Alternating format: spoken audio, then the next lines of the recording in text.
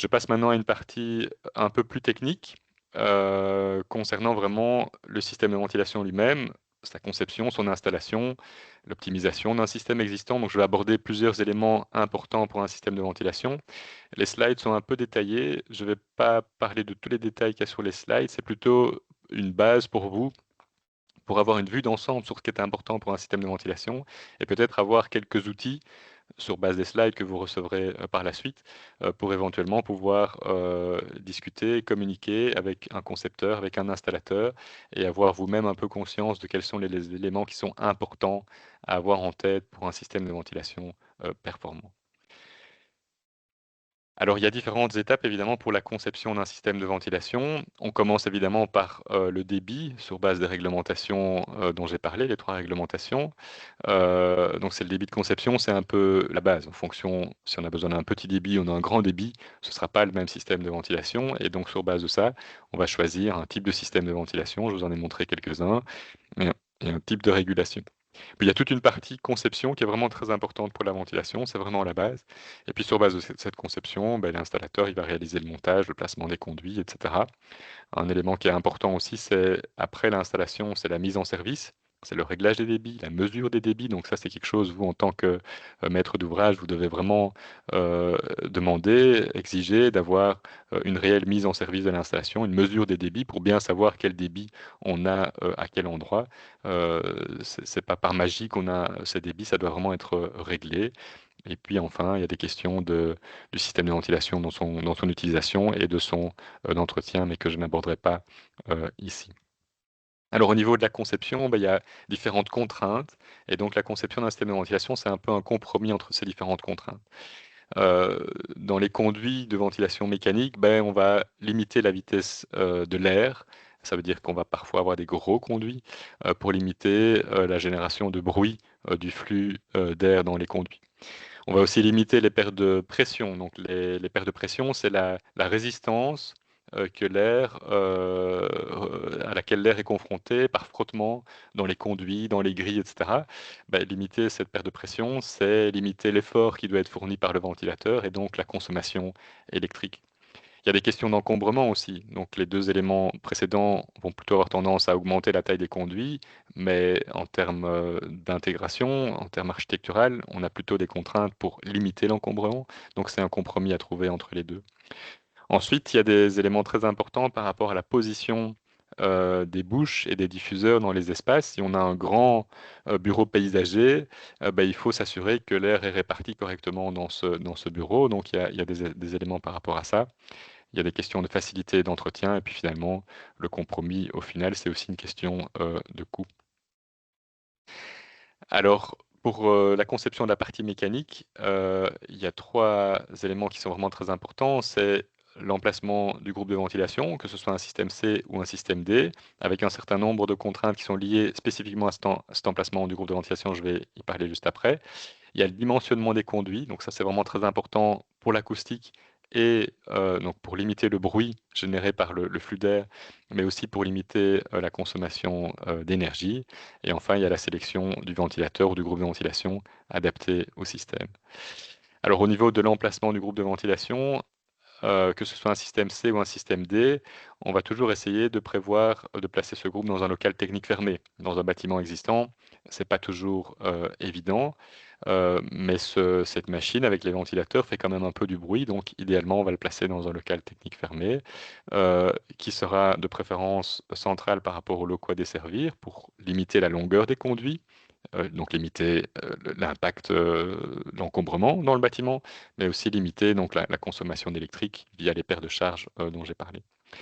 De préférence, ce local technique, bah, il sera quand même facilement accessible pour l'entretien, hein, pas dans des combles perdus, inaccessibles, etc. De préférence aussi dans le volume protégé, ça veut dire dans l'enveloppe isolée du bâtiment. Parfois, ça se place en toiture, mais alors c'est des groupes spécifiques avec vraiment une isolation spécifique. Et puis, il y a des questions de position des prises d'air et de bouches de rejet aussi qui impactent ou qui sont en lien en tout cas avec l'emplacement du groupe de ventilation.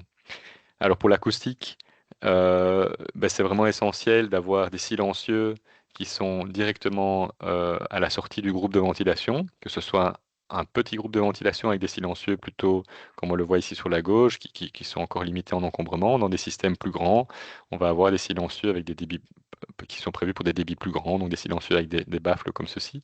Et donc, dans ce local technique, il faut aussi une place suffisante pour les silencieux. Donc, ça prend une certaine place, en fait, un système de ventilation et ces silencieux qui sont nécessaires aussi bien pour le système C que pour le système D. Ce groupe de ventilation, donc, il doit également être accessible pour l'entretien. On voit ici quelques exemples. Ça, c'est un équipement pour un très grand bâtiment. C'était une école assez grande. Mais donc, c'est un grand local technique avec une grande machine et des grands conduits. Pour une installation plus petite, évidemment, ça peut être beaucoup plus réduit. Je mentionnais aussi la question de la position des prises d'air et des bouches de rejet. Donc, la prise d'air, c'est l'équipement, le dispositif qui va aller prélever l'air à l'extérieur pour un système D, par exemple. Il est évident qu'on souhaite que l'air qui est prélevé par cette prise d'air soit de bonne qualité, soit le plus propre possible. Donc, évidemment, pas trop proche des rejets de cheminée, de chaudière, de poêle à bois éventuellement, s'il y a des rejets de ce type-là sur le bâtiment ou sur le bâtiment voisin.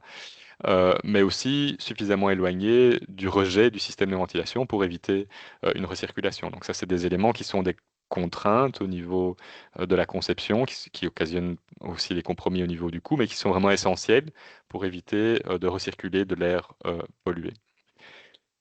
Pour ce qui concerne les conduits et donc l'optimisation des conduits en termes de perte de charge, il existe différents types de conduits selon les applications. Des conduits plutôt qu'on va appeler ramifiés, comme vous avez sûrement déjà vu. Donc, c'est les conduits métalliques classiques de ventilation où on a à chaque fois une pièce en T et puis une ramification pour distribuer l'air dans les différentes pièces.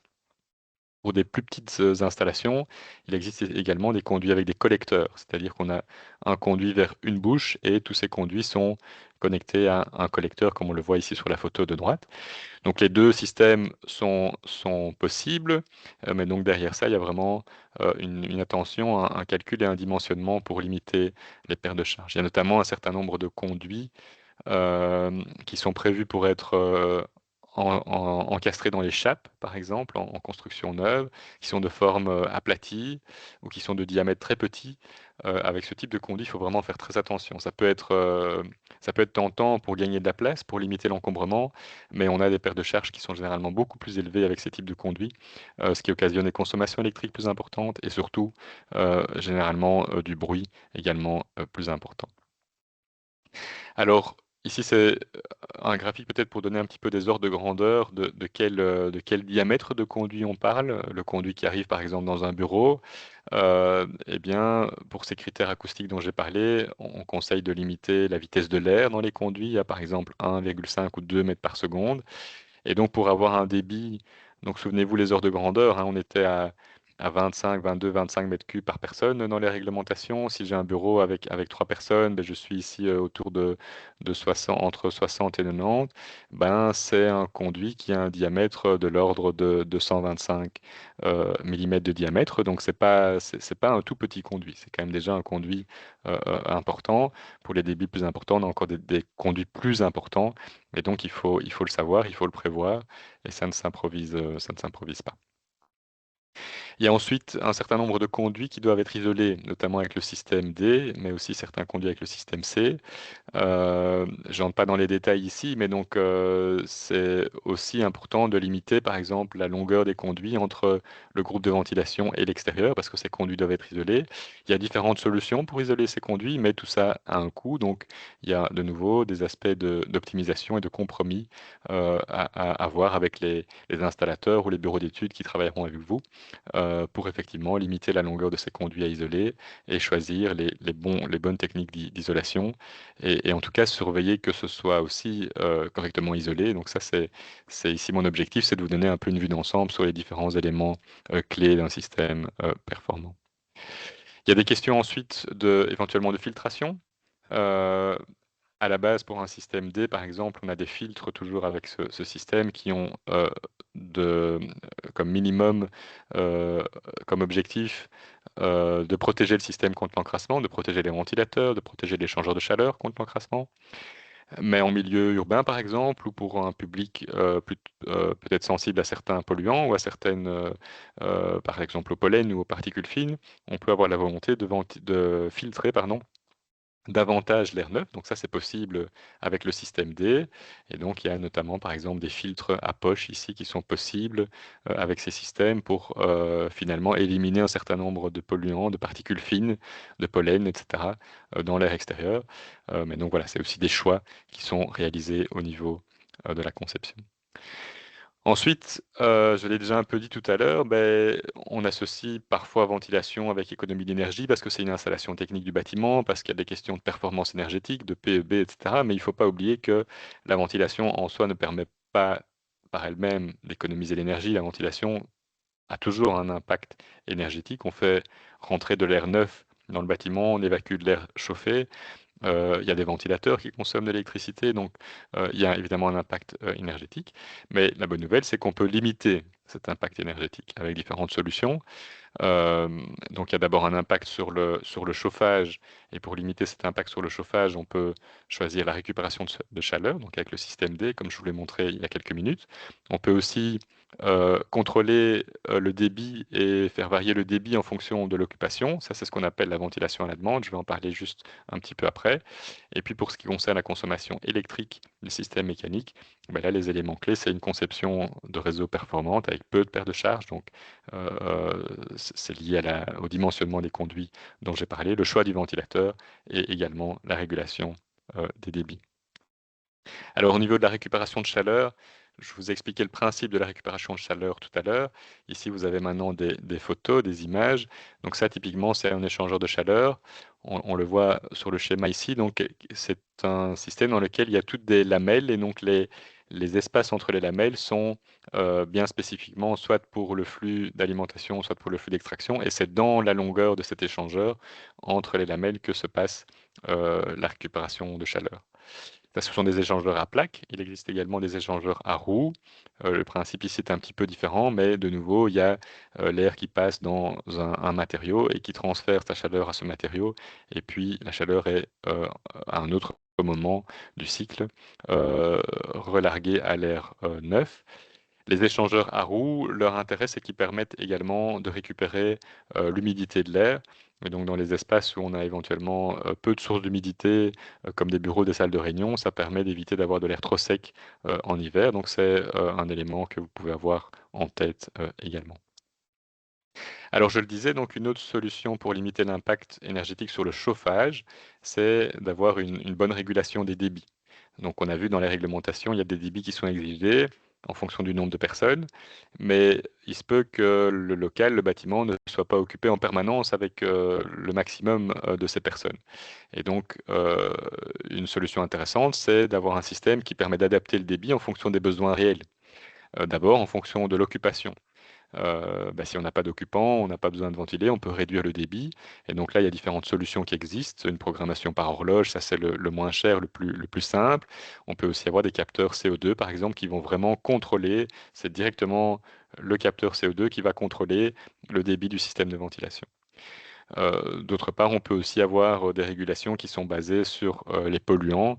Le capteur CO2, c'est un type, mais ça peut être aussi des capteurs d'humidité ou d'autres types de capteurs en fonction des polluants dont j'ai parlé tout à l'heure et de la spécificité des différents locaux. Alors la ventilation à la demande, donc c'est vraiment la détection des besoins et la régulation du débit. Donc ça peut être par exemple une programmation horloge, j'en ai parlé, ou des capteurs, j'en ai parlé aussi. Bien évidemment, le potentiel d'économie d'énergie de la ventilation à la demande et de la régulation des débits va dépendre d'une part du profil d'occupation. Si c'est un local qui est occupé en permanence, c'est peut-être pas très économiquement intéressant d'aller faire une régulation parce qu'on ne va jamais réduire le débit si c'est occupé tout le temps. Donc c'est vraiment lié au potentiel d'occupation variable et donc d'adapter le débit aux besoins. Et bien évidemment, l'impact énergétique réel dépend aussi du système de chauffage. Donc, si au plus on a un système de chauffage peu efficace, au plus on va gagner avec cette régulation à la demande. Alors, comment est-ce que ça se passe, cette régulation à la demande? Ben donc, il faut différents composants, différents systèmes qui permettent de le faire. Je vous ai parlé tout à l'heure du système D décentralisé. Ben, lui, un avantage supplémentaire, c'est que dans une école, par exemple, on aurait un système comme ça dans chaque classe. Eh bien, on va pouvoir réguler, puisque chaque machine est indépendante, on va pouvoir réguler le débit de chaque classe séparément. Donc ça, c'est peut-être un avantage pour ce genre de système. Pour les systèmes qui sont centralisés, c'est-à-dire on a un seul système pour tout un bâtiment, ben là, il y a différentes solutions qui existent. On peut avoir une régulation centrale, c'est-à-dire que c'est uniquement les ventilateurs qui vont varier en vitesse et donc varier en débit. Et donc, par exemple, sur base d'une horloge. Donc, on va programmer avec cette horloge. La nuit, le bâtiment est inoccupé parce que c'est des bureaux, il n'y a personne, mais on va fortement réduire le débit de ventilation pour tout le bâtiment d'un coup. Et puis en journée, on va avoir le débit souhaité. Donc ça permet déjà, si c'est un bâtiment qui est occupé 8 heures sur 24 ou 10 heures sur 24, ça permet déjà une grosse économie, rien qu'avec une régulation centralisée au niveau du débit total et du ventilateur. On peut aller éventuellement plus loin y avoir une régulation locale par locale. Ça nécessite d'avoir des clapets, des plénums motorisés, etc., qui vont fermer, ouvrir les bouches dans une salle de réunion différemment du bureau qui se trouve à côté, etc. Évidemment, on peut aller plus loin, mais ça a aussi un coût, donc il faut bien voir la nécessité ou le potentiel de ces systèmes. Et maintenant, une petite question pour vous. Euh, j'ai listé ici un certain nombre d'éléments pour lesquels je vous pose la question, lesquels ont un impact sur la consommation d'énergie. Je pense que vous pouvez répondre à plusieurs réponses en même temps. Donc, je vous ai mentionné le choix du type de système, les débits de conception, la récupération de chaleur, la régulation des débits et la ventilation à la demande, l'isolation des conduits, le dimensionnement des conduits et enfin la sélection du groupe ou du ventilateur. Je vous laisse quelques secondes pour y répondre.